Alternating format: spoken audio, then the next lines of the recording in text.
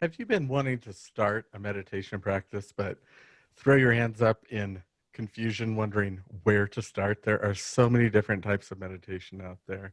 And of course, nowadays, there is this popularized idea of mindfulness as if that is maybe the only meditation. But what if that's not your style?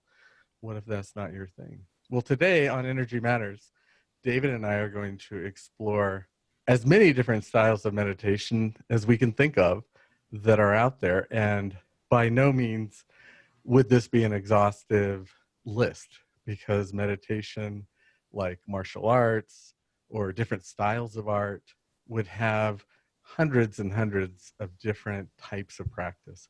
So we're going to kind of bring those into maybe some main topics or headings that a number of different sub styles might fit into today, and talk about that. So welcome to our show about different types of meditation and how to find one that works for you, and maybe through that explore many different types of meditation. There's no reason that a person can't get acquainted with that inner world and explore all the different ways that you can go deeper into that inner world. So anyway, welcome, David. Great to be here tonight.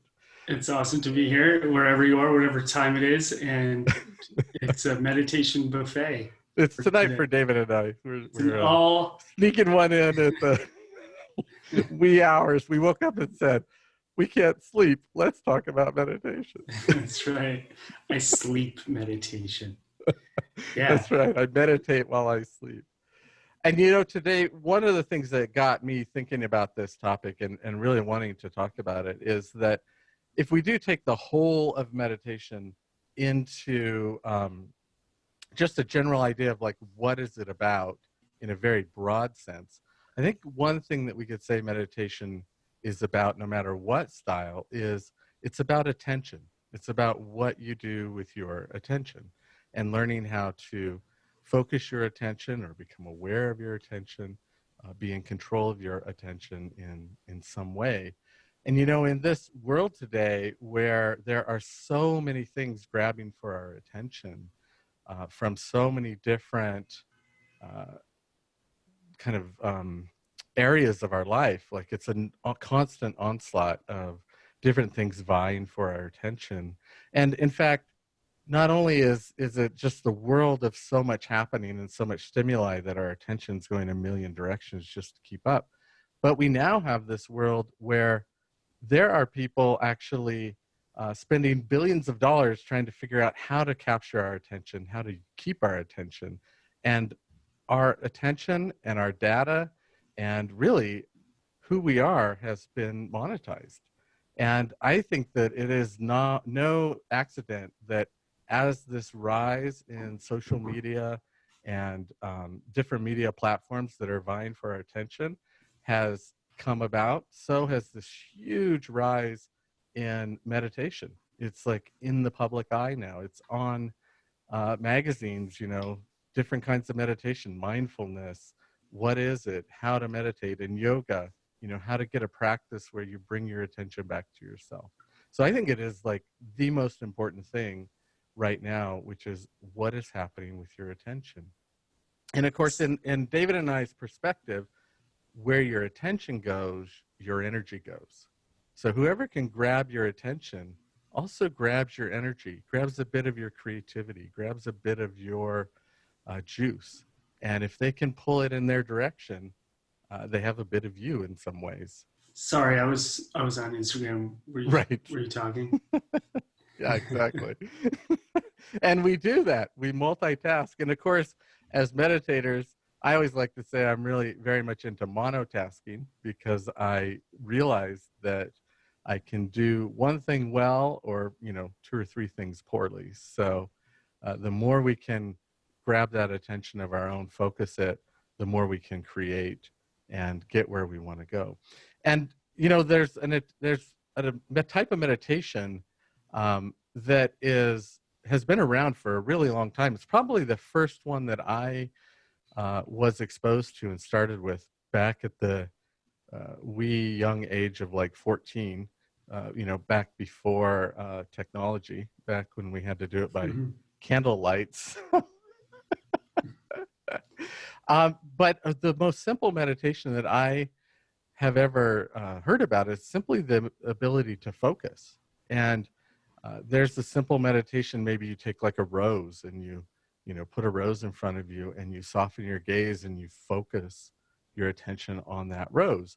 And whenever your attention goes away from that thing, you just bring it back to that thing.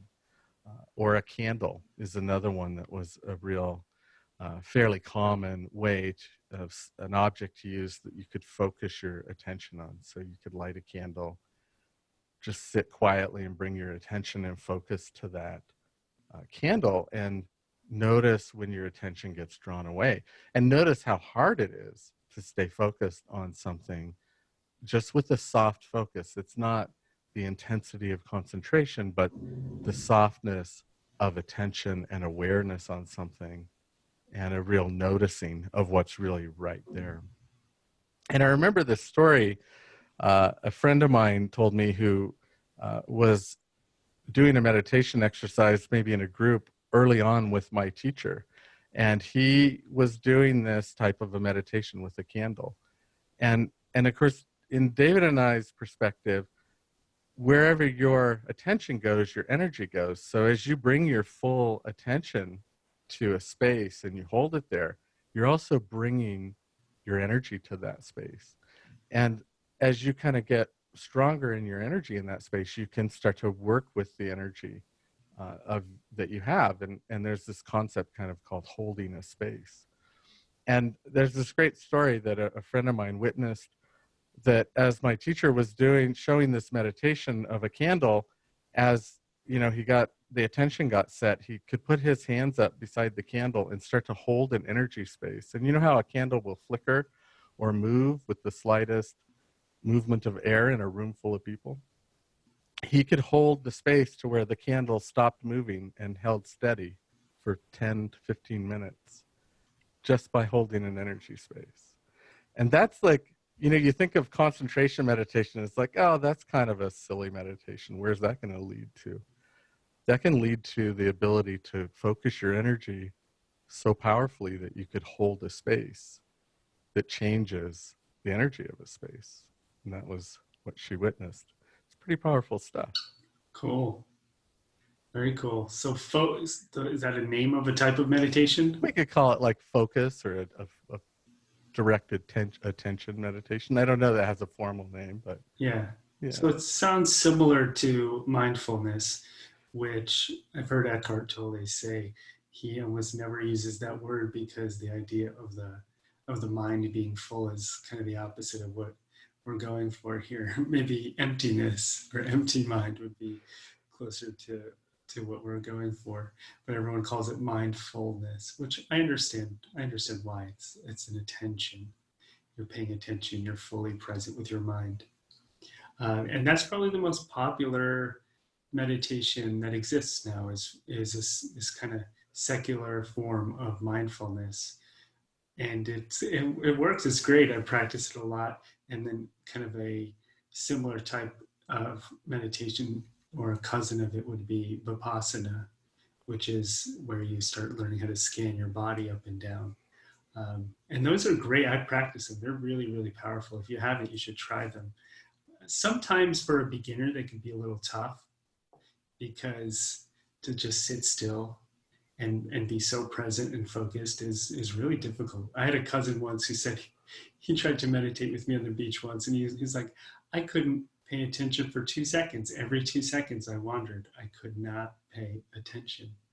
Uh, so so these days mindfulness is in. You do see it on like the cover of Time and Yoga Journal and everywhere. And it's this practice of maybe you're paying attention to your breath, paying attention to your body, paying attention to the moment, to the room that you're in, to your sensations. And that's, as simple as it is, it's freaking hard. It can be very difficult. Our mind likes to wander. It Right? loves to wander. So mindfulness is that ability to observe the mind, really, and watch it, and watch the thoughts. And I think that one thing about that type of meditation. And I would say that that's a little different than focusing your attention on an object and holding, your attention on an object, where I think mindfulness as a focusing inward to the thoughts and being self-aware, and the body changes. um I think that the thing about mindfulness is it does bring you back to the body. It is one of those meditations that kind of brings you into yourself. Where one way that I've always broken meditations out into, separate them out to describe the difference, would be an in-body style meditation versus like an out-of-body style meditation. And of course, mindfulness is a very present oriented in-body Mhm. meditation, or one where you notice your breath brings you into the body. Yeah, if you've ever done Zen, it's very similar. And in Zen, a lot of times you'll focus your breath on the hara, or that space around your belly button, and you breathe into the stomach. And in Zen, actually, often they'll only close their eyes partially. So they're kind of, you're still present, aware of the physical world around you and the inner world at the same time. And in Zen, when I used to do it, we would also do walking meditation. So we'd go Right. outside and walk, and you'd have to pay attention to every step that you were taking. And they would come around, and if you agreed, you would nod. They would wipe any dust off your shoulder and then smack you with a stick. That was always fun. To keep you awake. I loved that. It didn't hurt too much. It was just enough so you weren't falling asleep, because falling asleep in meditation is very, very common, Definitely. especially if you're doing mindfulness. And I think, unfortunately, a lot of people, they start with mindfulness or secular forms of mindfulness because that's what's popular, that's what's available, right? But for them, it could be difficult or boring, and they're not really aware of how to process emotion in that space, or the question arises like, what do I do with my thoughts? When they arise, what do I do with the energy that I'm in? And a lot of those questions don't necessarily get answered. So they sit there, they get frustrated or bored, and then they get up and quit. Um, and so mindfulness is a strong, incredible practice. I would say it has its roots in the teachings of the Buddha, and but it's not the only one. And so we're going to explore some other meditation styles today as well, and kind of go through and share them as we go along here. And you get to choose. You get to choose and go with it. I'll just say one more thing about Zen. So I would say Zen and mindfulness are kind of like first cousins. They're similar, but they're not exactly the same. And in Zen, it's this focus on simplicity. Simplicity. It's like when you stay at a Zen monastery, or I stayed at what was called Bodhi Zendo, this place in India. You rake the leaves, you rake the garden, you wash the dishes, right? You prune the trees. It's like this simplicity and connection to life that it seems from the outside very boring, but from the inside, when you're really present, it's beautiful, and it's anything but boring. And so with mindfulness, Zen, focus, I think they all are similar. They kind of are in a very similar vibration. Um, and then we have meditations that are more actionable, like mantra, right? Right. Where you're repeating a word or a phrase. If you're stuck in traffic, you might have a mantra that I A won't say. traffic mantra. A traffic mantra. That's That's right. needed. I think almost every religion in the world has mantras. They just might call them different things. Hmm. What is it in Christianity? Does it like what maybe Hail Marys would be The Hail considered? Mary, I think, yeah, would be a type of a mantra. Definitely. The Lord's Prayer could be a mantra if you were to say it over and over, in a setting. I think Yeah. the thing with a mantra is it is something that starts to be repetitive over and over, and it's got a certain intonation that repeats. It's got a certain kind of energy to it. Yeah. It reminds me of like it, you know, when they play the African drums over and over and over for a really long period of time, you start to lose yourself in it. Hmm. It's kind of similar in that regard. You just say the same words over and over. When I lived in India, they practice mantra, the Hare Krishnas in particular. Not only Hare Krishnas, but in Hinduism, a lot of different sects will do like Hare Ram, that Ram Ram, Hare Hare. They go. It's all the name of God in different forms. And Mm. I've been a part of it where it was going on for hours and hours. I was like, oh my God. There was this place where they were going in Rishikesh where I lived 24 hours a day. So other people would come in and they would never stop the chain. They would just pass the instruments over to the next person and keep going. That was wild. And I Uh, think the rhythmic nature of those kinds of things put you in a certain trance. So they take you to this different place yeah, and this different energy. And that's part of the transcendental. point. Yeah, transcendental meditation is what. Transcendental is probably one of the most well heard of meditations and probably least attempted given the number of people that have heard of it. Like Yeah, everybody's heard of it. I don't know what percent of people have actually done it, there's right? a lot of celebrities that do That do it. TM. Yeah, it's having a resurgence, right? Yeah, I think it Howard is. Stern talks about it a lot. Jerry Seinfeld, the hedge fund manager Ray Dalio, says it's a huge part of his success. He's been doing it since the 70s. There's a lot of people that credit their success to TM. Yeah. Yeah, I used to live in the ashram next to the Maharishi Mahesh Yogi ashram in India, where he taught the Beatles TM. Oh, funny. Yeah, and Yeah, that really came over in the 70s, I think it was, wasn't it? that's right. It's To the probably States. mostly because of the Beatles. Yeah. Yeah. And then and then Om, right? The mantra Om. So you go to yoga class at the end of yoga, everyone chants Om, Om, Right. and that is a powerful one. I do enjoy that. Like when I do that, I can feel the vibration in the body. It relaxes you. It brings you into this trance. And a lot of people don't know this, but it's actually the proper way is AUM, not OM. So the A stands for creation. So it starts in the throat, right? And then in the mouth, the U, which is life or preservation. And then the lips close, which is destruction. So it's this cycle of om. Mm. It's almost a cycle of birth, life, and death. And in Hinduism, those are personified by three gods. Let's see if I could get them right. I believe it's Brahma, the creator, Vishnu, the preserver, and Shiva, the destroyer. So, and there's a saying in the Upanishads, I believe it is, the Indian texts, that out of the one thing comes the 10,000 things. So you get first there's like the one infinite energy, then there's maybe you get three gods, then you get just and the multiplication is infinite, but it all comes from one, which is fascinating because that's like the Big Bang cosmology in Right. Western cosmology. It's similar in a lot of Western religions. At first there was just one, and then there was two, and then four. You'll see that in a lot of stories and mythologies. So now you know what Interesting. Om means, and you could be the cool person at yoga Or at a dinner party. or at a dinner party. At a cocktail party. Yeah, very interesting. And that's a real common connection people have with meditation. Like if you know, just jokingly tell someone, "Oh, it's time to meditate."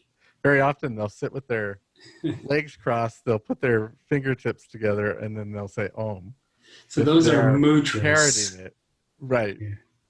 When you So touch different fingers, it's supposed to connect different kind of energy energy, channels. yeah, There's a whole like yogic science behind system that. to it. Yeah. Yeah. Yeah. So, Which, yeah, okay. no, it's all of these different like meditations have such deep roots where it's something that has been practiced for thousands of years in many cases. So it has been I don't know if perfected is the right word, but let's say the stuff that doesn't work has fallen away, and the stuff that tends to work tends to probably stay with it. Yeah, You know, maybe there were some really bad styles that died out. right? Exactly. Somebody tried some things and that didn't work out so well. Laying on a bed of nails meditating. Yeah, that That's one didn't right. catch on. I don't know why. I don't know I why don't that know. didn't catch on. So weird. It's such a good one. It seems such a It's good one. just like walking over coals at a Tony Robbins event. You're Uh, right. and then there are more energetic styles of meditation, right? Like some of the work that we do, where you start to become aware of energy. Maybe you work with chakras or energy fields or visualization. Visualization has become really big as well because when you visualize something in your mind, your brain believes it, and then your body believes it. Your body has a hard time telling the difference between an image and physical reality. And I know this to be a fact now because I have a friend that was just visiting from Bali, and he brought a virtual reality headset. And man, you put this thing on, I was floating above the earth at the International Space Station, and that was real. I was nauseous, Cody. I was like, oh my God, I was scared. There was one game, I was standing on the edge of a building looking down, and I was like seriously scared. I could not tell the difference between that and reality. It was so trippy. So that was externally induced, right? But in visualization, we internally induce images to relax us. So, and visualization is cool. I think it's great, but kind of a step past visualization would be energy work, where you're not just imagining an image just for the sake of wanting something to be a certain way, but you start to see things, you start to Right. see energy. Yeah. And So that's a big different step in yeah, meditating. So I think visualization became popular maybe even before mindfulness, because things like The Secret and these different like law of attraction, which there's many other laws, right? But the law of attraction, of course, captured the imagination of our culture, and visualization was a way to get what you want. So it became this yeah, thing that, oh well, you can get what you want through visualization, which I don't know that that's the highest form of using that, because I think visualization inwardly to become who you want might be more powerful, to kind of get to being in alignment with something greater than yourself could be very powerful. I'm not saying that getting what you want isn't good. It's just there's that idea of visualization for creating is, I think, much deeper than it got kind of play in the media. And mm-hmm. it is the foundation of energy working meditation, because starting to see energy is a visual thing. And like you say, that big step beyond imagining something, like creating what you want to see and creating what you want to get and seeing what is, which is the goal, I think, of more of a energy intuitive aligned meditation, is starting to see what is, to take off the illusion of the way things appear and look behind that to the way what is actually there energetically. And sometimes we'll use images as almost placeholders for the energy because you have to start Right. somewhere. So you might go, all right, I want you to imagine a candle, imagine a rose, right? Imagine you can start to imagine a tree, and then let it start to personify the energy of whatever it is that you're going through. Hey, this might be how all the gods and goddesses were created in all the different religious traditions. Because I see them as personifications of certain kinds of energies, right? So maybe Apollo is a personification of a certain kind of power, and who's the Greek goddess of love? I'm forgetting Aphrodite, right? So it's like the personification of that energy. So we maybe we imagine an image, and then it starts to fill with energy. That's less imagined. It's actually there. We're just starting to look at it in front of us, and it's taking a form.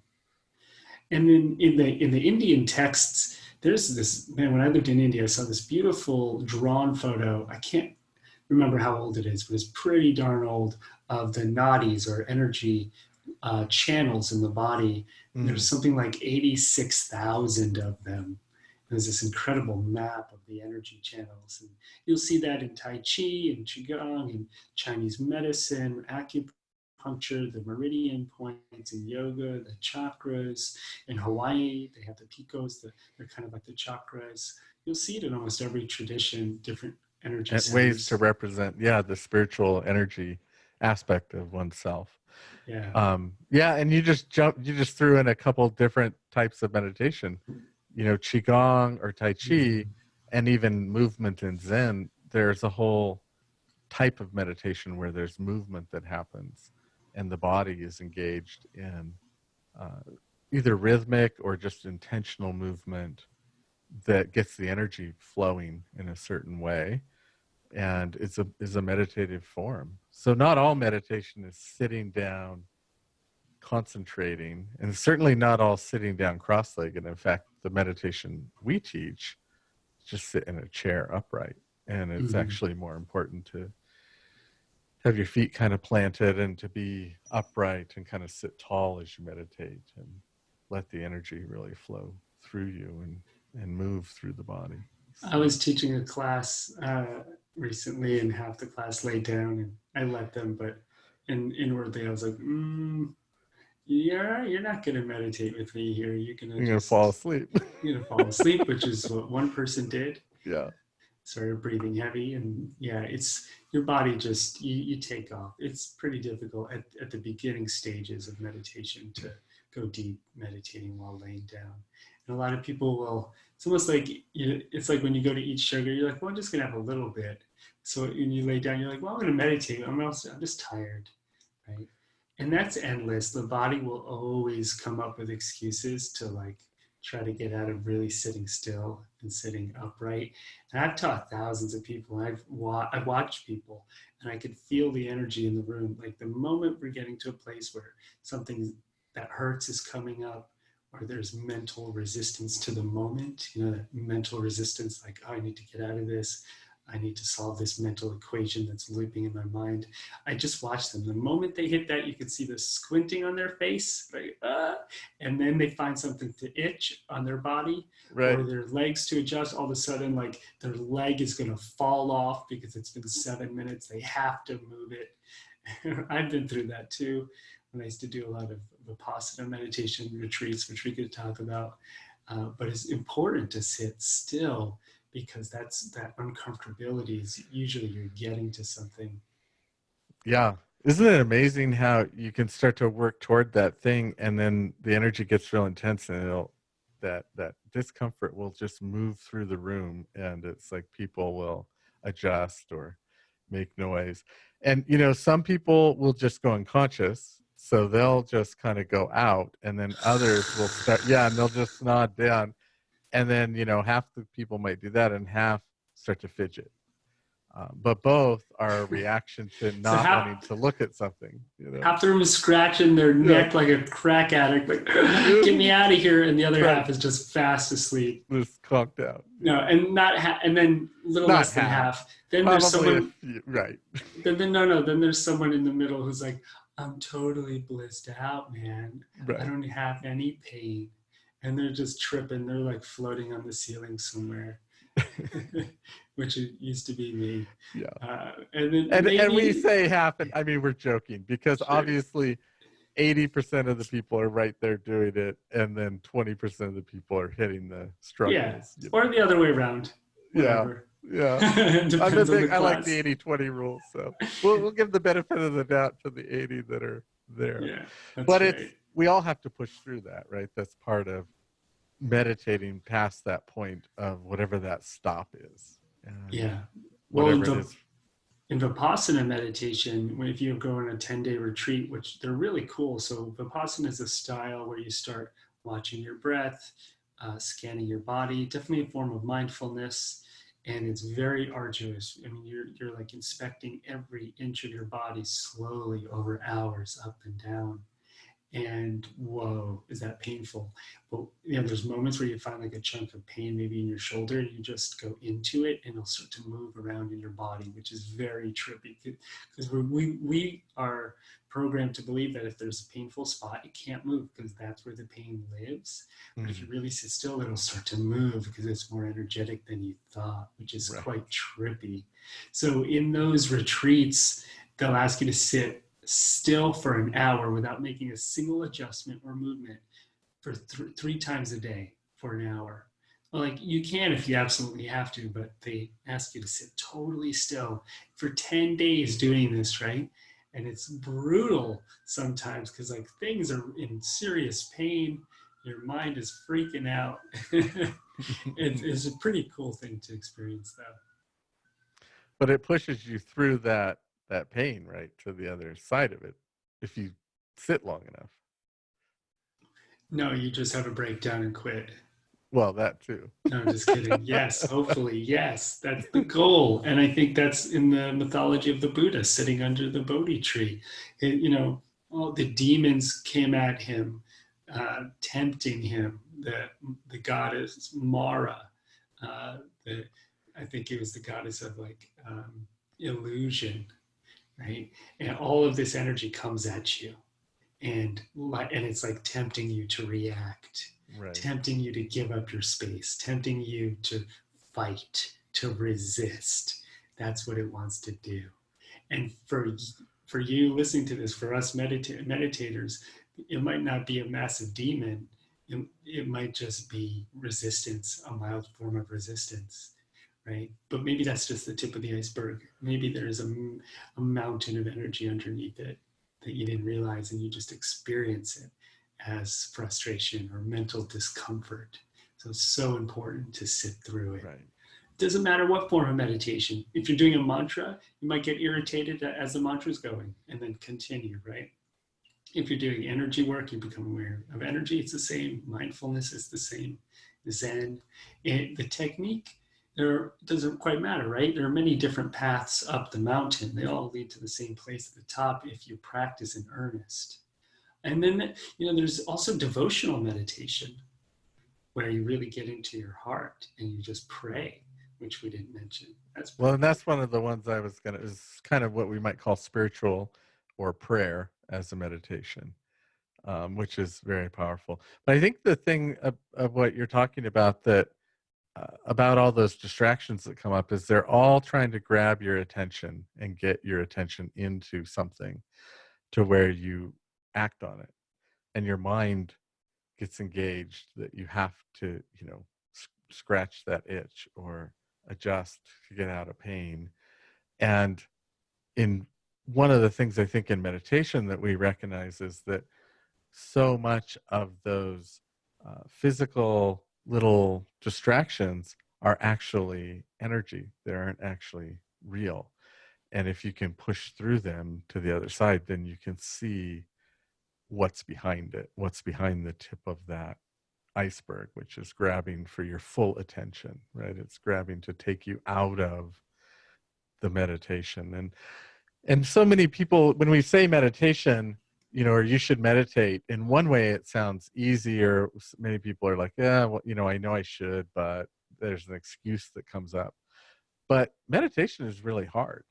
And I think if we get this idea that the point of meditation is to push through that initial challenge, not in a physical, it's not like lifting weights, right? It's a mental struggle. But if you stay with it and kind of push through that initial wall, you get to another level or another space where things are different, right? I think a lot of people stop at that first kind of tough spot, or maybe this, within, it's not like they stop the very first thing, but they get caught in that first tough spot Mm-hmm. without any direction. And it's easy to just give up because there's no way to see the other side unless you're Yeah. somehow kind of given some tools or maybe guided to the other side or encouraged in some way.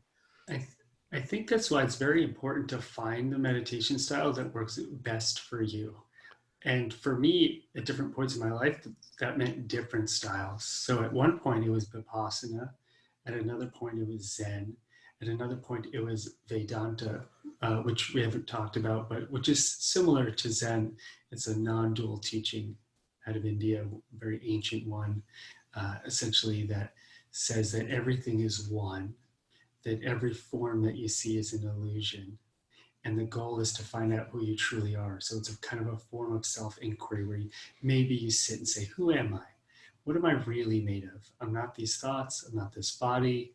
And you go inward and inward and inward until you find what they would call like the big S for self. First, the little S for self would be the ego, the me, my, this is my life.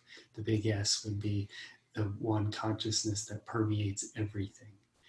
Which one of my favorite philosophies and styles. It's really, really cool if you haven't explored it.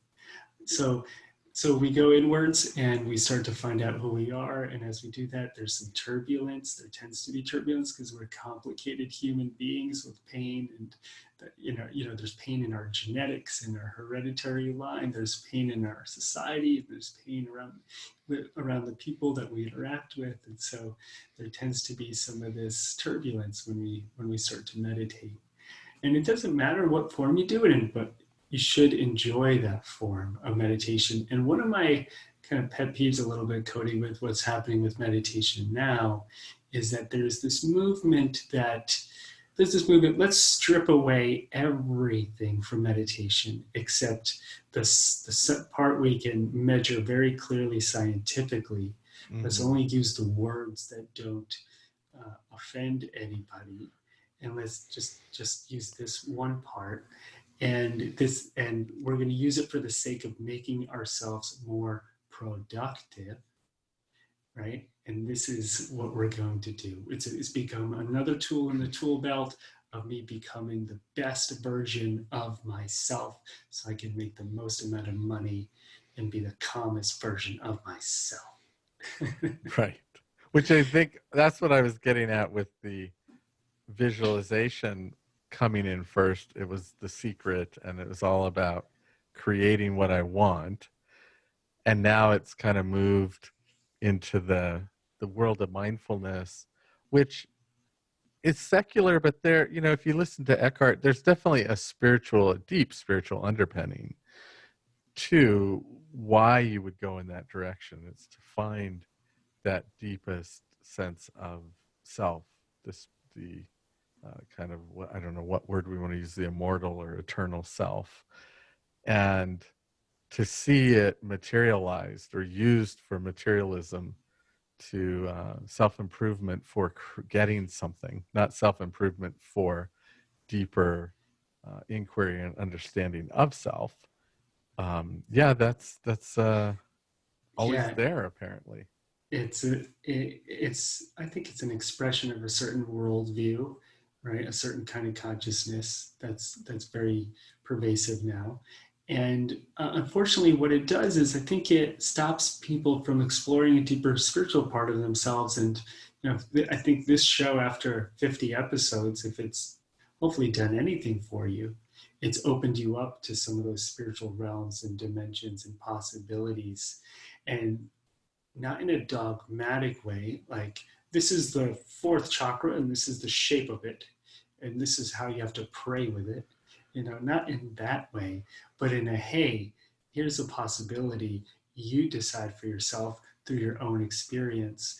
And I think there's this energy that says, no, no, no, you don't get to decide through your own experience. We're going to tell you what the best form is, or what is kind of inside the bounds of our intellectual, materialistic worldview. And if you're outside of those bounds, then we're going to stigmatize what you do. I was I was making a joke. I don't know if I shared this on the show yet. I was making a joke with my class recently. I saw this movie called Third Eye Spies. Have you seen it yet? I have not seen it, but Uh, you did message me about it. I oh, I need to watch it. Yeah. we had one of our guests, Dr. Dean Radin, Raiden, who's on yeah. the show, is in this film. It's on Amazon, and it's about how the CIA used psychic spies to spy on the Russians, whatever. The most interesting part for me is that this has been a part of every culture and throughout all of human history, pretty much. This idea that there's spirit, that you can connect in non-local ways, right? It's part of most cultures. It's and and these scientists, there's some very very smart scientists. They start testing people, and they start to find, oh, these guys have certain abilities. And what's the first thing that they do? Weaponize them. Right. Oh my God, there's this incredible, mysterious connection between us all. How can we weaponize it? And I think that's what the intellectual mind does sometimes. So, as you're opening up, don't weaponize your awareness. That's a side note. We'll do a whole nother episode about that. That's a good title for a Yeah, talk. it is. We'll do a whole one on there. But I I mean, know, yeah. yeah, I mean, there is a part of the mind that the question is, well, how do I use this, or what's this good for, right? Um, and meditation is good for many, many things uh, that, of course, nowadays is being discovered in terms of health and well-being and just inner development And and Tantra. and tantra. That's That's another form. But meditation. yeah, another meditation. But Yeah. meditation is good for many, many things. But if you approach it in terms of, well, how can I use this or make it serve me, rather than just go deep into the process and see what arises, it's those are two different things. Yeah. Because the part of you that you're trying to wake up from through meditation is the same part that wants to use it and direct how it's being used. That's the Mhm. paradox It or the is. struggle. That is the paradox. Do you know that one of our most popular early episodes of the show is called Tantra Gurus and Healthy Spirituality? Right. And I find to Sex sells bet, even in yeah. spirituality. And so Tantra is a huge umbrella word. Sex and Right. sexuality, A intimacy, sliver just of it. one very small piece of it, just like Right. stretching is a very small piece of yoga. But of course, we make everything shallow in our culture. So we always focus on that. But there is a beautiful part of Tantra that has to do with sexuality and bringing awareness into that space. And I think it's fantastic. So that is also a kind of meditation, which, as it should be. Right. Yeah. So really, you can bring anything you bring awareness to can become a meditation. You could be painting, and that's your meditation. You could be jogging. You could be making love. You can be building something. You could be sailing on the ocean. You could be surfing. You could be skiing, right? All of it. And there's a certain point where you realize all of life is a meditation when you just remove the judgmental, critical mind and you take Right. it out of the equation. Well, and even like contemplation is this form of meditation, which is kind of intellectual inquiry, but with an open mind. So rather than reductionism, it might be more expansive, but it's still contemplative and it's still using the intellect. So it removes the critical and opens up to the more intuitive mind. So, what's the Um, best form of meditation? What should we do, Cody? I think, the beautiful thing, I was just thinking when you were talking that the beautiful thing these days, like in the past, if you wanted to try these different meditations, how would you do that? You would have to find different teachers and go to them and say, can I try your meditation?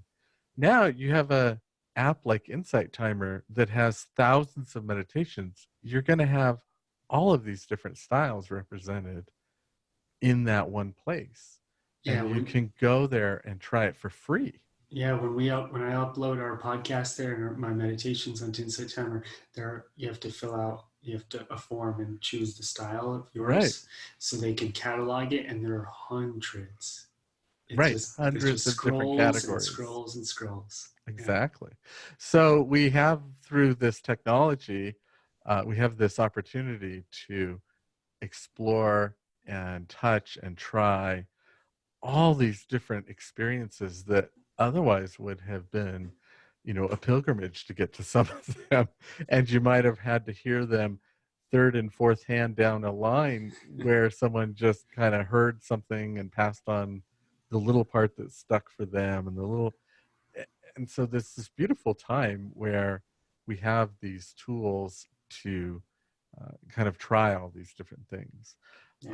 We definitely teach a particular style, if you will. I don't know that we could name it other than it leads into energy working and energy awareness and kind of moving your perception over into the intuitive mind and kind of looking at the world through that lens. Um, not not in the sense of getting rid of the intellect, but it's learning to kind of balance both, to see things and then process that information and come up with, an Yeah. Or articulate. Yeah, as I always tell my students, we often try to solve our problems by analyzing them, right, and that solves certain kinds of problems really well, but it doesn't solve everything in life. Like, is right, this the right partner or the right career? Who am I? What is life about? The analytical mind may not be able to solve those problems because they solve through healing and wholeness, not through breaking things down into pieces. right.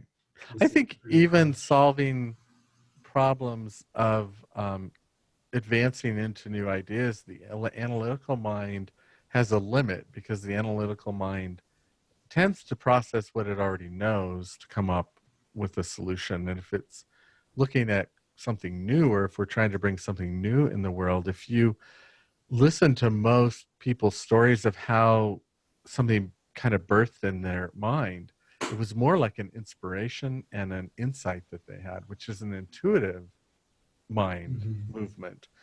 And then they were maybe strong enough in their analytical mind to know how to incorporate that or act on it or use it. But most new ideas come as an inspired flash or insight, which is all intuitive mind, really. I had a good idea once. Yeah. That was it. Yeah, I I don't. I know. don't I remember it. got it. I've been doing this long. I got that joke before you even put in the short pause there. I did. uh, I'm sorry, I ruined the punchline. I got it too fast. David had an idea for a moment.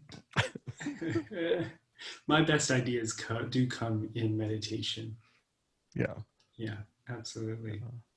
But I think it's interesting that somehow in this current kind of world, and maybe ever since the Enlightenment, where everything's kind of moved more towards the scientific mind, the intellect has gained ground and validity, even though at the core of any scientific jump, there was first an insight and an inspiration that Mhm. saw things differently and new, that wasn't rooted in the analytical mind. It was just able to take that information and And create there's something with it. and there are some problems maybe on the scientific level, material level, we may not solve for hundreds or thousands of years or eons and eons. There are these paradoxes of existence that maybe we can only experience through our consciousness that even go beyond the mind. Right. And I, for one, don't want to wait for somebody else to tell me, hey, you can't experience any of this yourself. Wait till we figure it out on a material level. Sometimes you close your eyes and you're transported to the center of the galaxy and everything is one and connected and you see it all and it's this infinite paradoxical mystery and you're like, holy cow. And then the LSD wears off and you come back. You don't need LSD. All you need to do is meditate. I'm kidding. But those experiences are available there because the entire universe is truly inside you.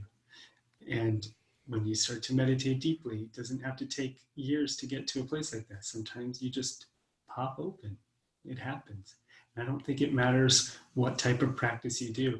And honestly, when I teach now, I don't even know what my style is other than it's my own style in synthesizing all the experience and styles that I've practiced. And I always try to meet the students where they're at and try to find out what is it that these people, this group, or this person needs most. What are they really here for versus me telling you what you need to know, what you should know. Let's draw out your next step for you. And the way I've been defining meditation, I just created a 7-part series called The Fundamentals of Meditation. And the way I define it is it's the cultivation of awareness at its kind of basic form. You're allowing your presence to expand or to focus. And you cultivate consciousness in that way, and you start to disidentify from your thoughts so much and recognize that you can be more of just that awareness in that space that they come into and that they go out of. And the same with your emotions and energy. They just come by, they pass by. So Yeah, thanks for passing that's by great. today, everyone. It's Yeah, great to be thank you here so with much you. for passing by. And so you just mentioned that you had would you say a 7-part Fundamentals of Meditation series that you created. You Oh, yeah. also just started your meditation school. Yeah, so this is something that came for me in meditation, which is, I teach at different companies and studios and universities, all these different places, and I love it. But there's definitely always a boundary around that space and what I could say. And I like to be, I have an incredible, just like energy of freedom. I always want to be more free. And so I think why I love to travel so much. I love being in the Himalayas, and I'm taking a group. If this is before October 30th, I'm taking a group to Bhutan. Uh, and anyway, and so I created Meditation School, which is an online program where I teach live a couple times a month. So we can come sit and really go deep and work all of these different energies, which is a bit different than what me and you teach, Cody, when we teach intuitive training, which is Right. we're really teaching people the intuitive arts, how to read, how to heal. How to We see go energy, way feel down energy. the woo-woo spiritual path, and it's so fun. And we do that in this space too. Definitely learn how to work energy, allow our abilities to unlock. But the goal isn't necessarily to become like a reader or a healer. It's to really just become more of yourself. And man, I've seen people just make massive changes in their lives by meditating and letting go of some big heavy rock on their chest, or some limitation they had since they were 5, or some old pattern of thought around money, or just their idea of what life was about. Like, you see these changes, and sometimes they happen in 1 or 2 or 3 meditations, and it could lead somebody down an entirely different path of life. And they were just overriding this energy for a while. They just Hmm. sat down, closed their eyes. It was right in front of them.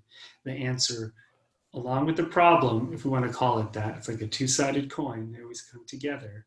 The energy, right? The Yeah. resistance and the solution are tied together.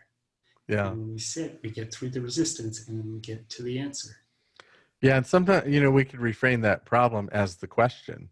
Mm, And when we find that right question, we can find that answer. So, yeah, um, cool. but so yeah, there's the meditation school. And then of Oh, course we teach an intuitive training, like you say, a little bit farther down the woo-woo spectrum. We're planning to do 2020. 2020, do a new one. Yeah. Clear seeing. There's, But I'll put a link. Let's put a link for the meditation school in the yeah, show notes definitely. if you want to come sit. And wow, we could probably talk about 30 more meditation styles. I think we hit a lot of the big ones today. I hope you find something that works for you if you don't already. And if you have a style but it's not sitting well with you, give yourself some license to explore. You don't want to be a meditation shopper forever, where you just do a little bit here and there and never go deep. You don't Yeah. want to go around digging shallow wells for too long, but you do have to find what works for you. So there's a balance in that. Yeah, definitely. Yeah. Cool. Cool. Well, thanks for hanging with me late in the evening when we recorded this, Cody. And Yeah, it's getting late here.